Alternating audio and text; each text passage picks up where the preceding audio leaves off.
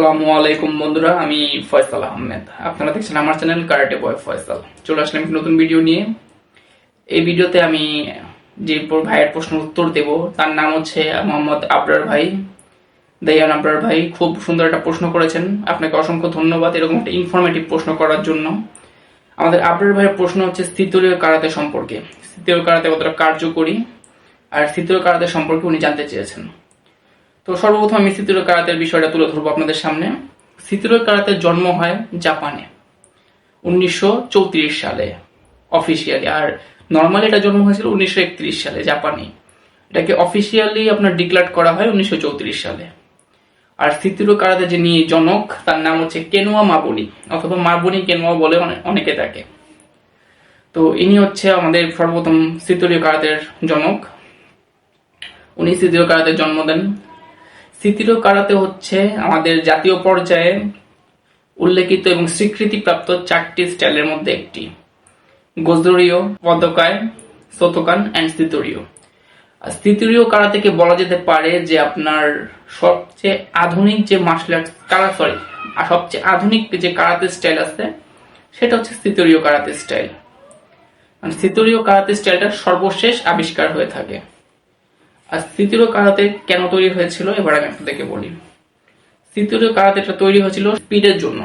দেখবেন অন্যান্য স্টাইলের মধ্যে ডিফেন্স সবসময় লং ডিস্টেন্স প্র্যাকটিস করা হয়, বাট স্থিতলীয়তে শর্ট ডিস্টেন্স প্র্যাকটিস করা হয় এবং এই সবগুলো কৌশল সবচেয়ে আধুনিকভাবে ব্যবহার করা হয়েছে। সত্যি কথা বলতে গেলে স্থিতলীয় কারাতের ডিসপ্লে সব কারাতে থেকে সুন্দর। বর্তমান জামানায় স্পোর্টসের দিক দিয়ে স্থিতলীয় কারাতে সবচেয়ে এগিয়ে আছে।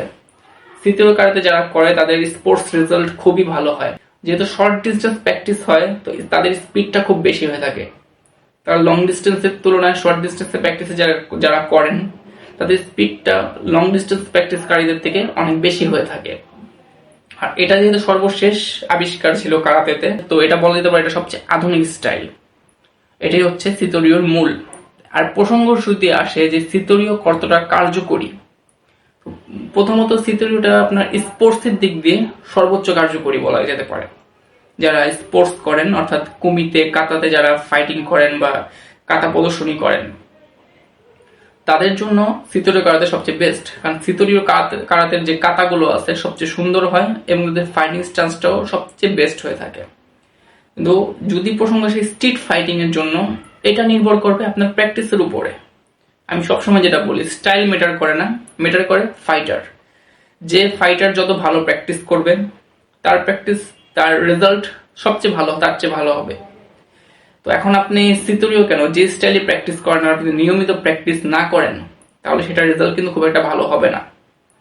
তাই স্থিতলীয়, সোতোকান, অদোকায়, কোয়াকশিন কারাটে এগুলো ম্যাটার করে না, ম্যাটার করে আপনি কতটা ভালো প্র্যাকটিস করতেছেন। তো এটা বলা যেতে পারে যে স্থিতলীয় কারাতে অত্যন্ত ভালো একটি স্টাইল, স্পোর্টস এর দিক দিয়ে সবচেয়ে এগিয়ে আছে। আর আপনি যদি স্ট্রিট ফাইট করেন তাহলে স্থিতলীয় স্ট্রিট ফাইটিং আপনাকে শিখতে হবে। স্ট্রিট ফাইটিং শিখে আপনাকে সেটার উপরে ভালো করে প্র্যাকটিস করতে হবে, তাহলে আপনি বলা যেতে পারে যে স্থিতলীয়তে ভালো স্ট্রিট ফাইট করতে পারবেন। তো আশা করি আবরার ভাই আমি আপনার উত্তরগুলো দেওয়ার চেষ্টা করেছি। আশা করি আমার যে উত্তরগুলো ছিল তা আপনার কাছে যুক্তিসঙ্গত হয়েছে। যদি না হয়ে থাকে অবশ্যই আমাকে কমেন্টে জানাবেন, আমি চেষ্টা করবো আরো ইনফরমেশন কালেক্ট করার জন্য। তো এই ছিল আমার আজকের ভিডিও। তো যারাই আর কি আমার কাছ থেকে ইনফরমেশন চান, আপনারা চান যে আমি আপনাদেরকে নিয়ে রিপ্লাই ভিডিও বানাই, অবশ্যই যুক্তিসঙ্গত প্রশ্ন করবেন। যেমন এই আবরার ভাই একটা প্রশ্ন করছে খুব সুন্দর, উনি স্থিতলীয় সম্পর্কে জানতে চেয়েছে। তো অনেকেই দেখি ভাই প্রশ্ন করে বসে আছেন যে 10 জনের সাথে কিভাবে ফাইট করা যায়। ভাই আমার প্রথম প্রশ্ন হচ্ছে, আপনি 10 জনের সাথে ফাইট করতে যাবেন কেন? আপনার তো ফাইট করার প্রয়োজন নেই, আপনি যে আত্মরক্ষা করবেন। আর 10 জনের সাথে আপনার মারামারি লাগবে কেন ভাই? আপনি কেমন মানুষ? তবে উল্টাপাল্টা প্রশ্ন কেউ করবেন না, যার যুক্তিসঙ্গত সুন্দর প্রশ্ন করবেন, ইনশাল্লাহ আমি প্রত্যেকের উত্তর দেওয়ার চেষ্টা করব। তো এই ছিল আমার আজকের ভিডিওটি যদি ভালো লাগে অবশ্যই লাইক দিবেন, কমেন্টে আপনার মতামত জানাবেন এবং শেয়ার করতে ভুলবেন না। আর যাদেরই প্রশ্ন আছে অবশ্যই আমার কমেন্ট বক্সে জানাবেন। যুক্তিসঙ্গত প্রশ্ন হলে আমি এরকম ভিডিও নিয়ে আসবো ইনশাল্লাহ। তো বন্ধুরা আজকের মতো এ পর্যন্তই, সবাই ভালো থাকবেন আর আপনারা আমার চ্যানেলটি অবশ্যই সাবস্ক্রাইব করবেন। তো আসসালামু আলাইকুম।